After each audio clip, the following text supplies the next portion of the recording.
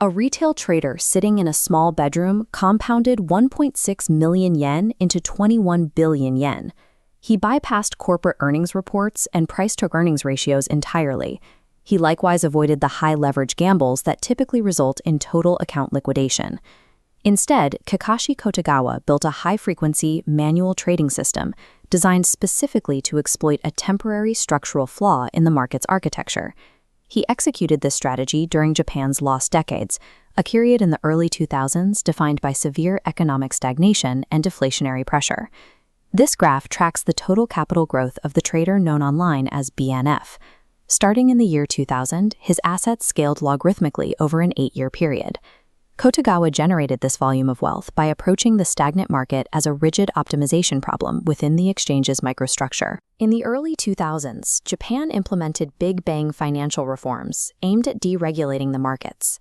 These reforms introduced direct online electronic platforms, allowing retail participants to bypass traditional human floor brokers. Removing the human intermediary stripped away the friction that historically caught and slowed down irrational or erroneous orders before they executed.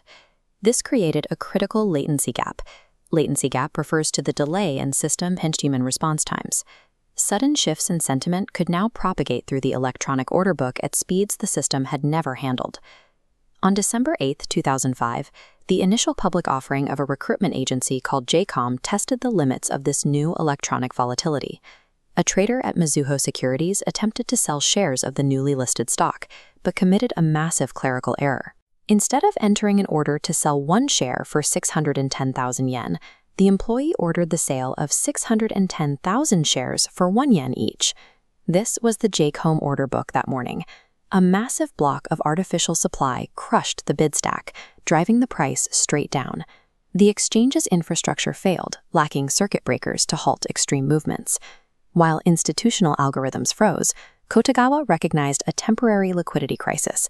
He acquired 7,100 shares in under 10 minutes, securing a massive portion of the available float through sheer manual execution speed. Once the exchange realized the error and forced a market correction, Kotegawa sold his position, clearing approximately 2 billion yen in profit by the end of the day. Kotegawa's success on the JCOM trade was a direct exploitation of the latency gap between human panic and machine rigidity. While the JCOM error was a severe anomaly, the bulk of Kotegawa's fortune came from a repeatable, daily quantitative framework.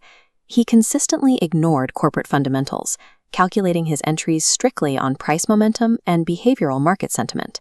His primary tool was fading extreme negative deviations.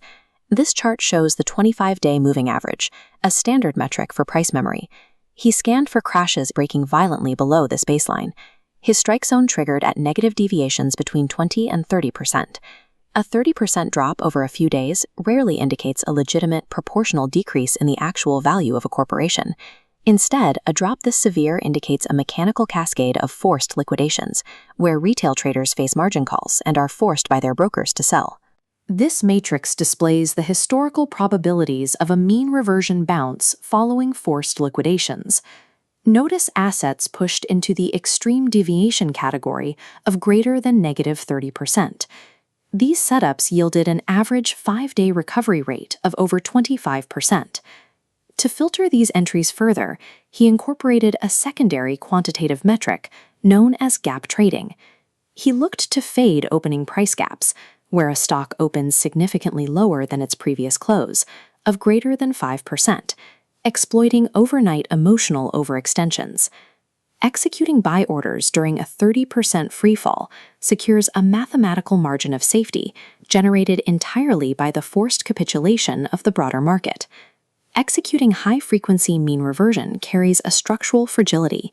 A single failed reversion, where the asset continues to crash, can destroy years of compounded gains.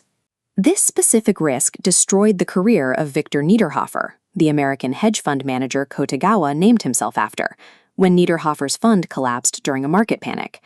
The critical variable separating the two was margin debt, borrowed money to amplify returns. Niederhofer utilized heavy leverage, creating a steeper equity curve, but mathematically exposing himself to total systemic failure. Kotegawa traded exclusively with his own cash, entirely avoiding margin. Trading without borrowed capital structurally removes the risk of ruin parameter from the equation. Because he held no debt, massive market shocks, like a 700 million yen loss he took during the Lehman Brothers collapse, resulted only in temporary drawdowns. He paired this defense with a mastery of the disposition effect, the tendency to hold on to losing positions. He cut his losses mechanically, avoiding the emotional friction that paralyzes most retail traders. Combining high-frequency trade entries with a zero-leverage defense created an asymmetric compounding machine that could sustain severe hits without collapsing. Every high-frequency quantitative strategy eventually hits an unavoidable mathematical ceiling based purely on capital scale. As Kotegawa's portfolio exceeded 20 billion yen, he encountered severe slippage. Slippage is the difference between the expected price of a trade and the price where the order actually executes. Deploying that volume of capital into mid-cap equities causes the sheer size of the order to move the market price against the trader. Institutions deployed sub-millisecond algorithmic systems to systematically front-run retail order flow across the entire Tokyo Stock Exchange floor. In 2010, the Tokyo Stock Exchange launched the Arrowhead system, reducing execution latency to under 2 milliseconds. This hardware upgrade allowed institutional machines to instantly arbitrage the exact deviation gaps Kotegawa relied on, permanently closing his specific microstructure window. In response to this closed window, he executed a final strategic maneuver, diversifying his wealth into tangible, low-velocity commercial real estate. He converted over 26 billion yen of vulnerable market liquidity into highly illiquid, income-generating trophy assets in prime Tokyo locations.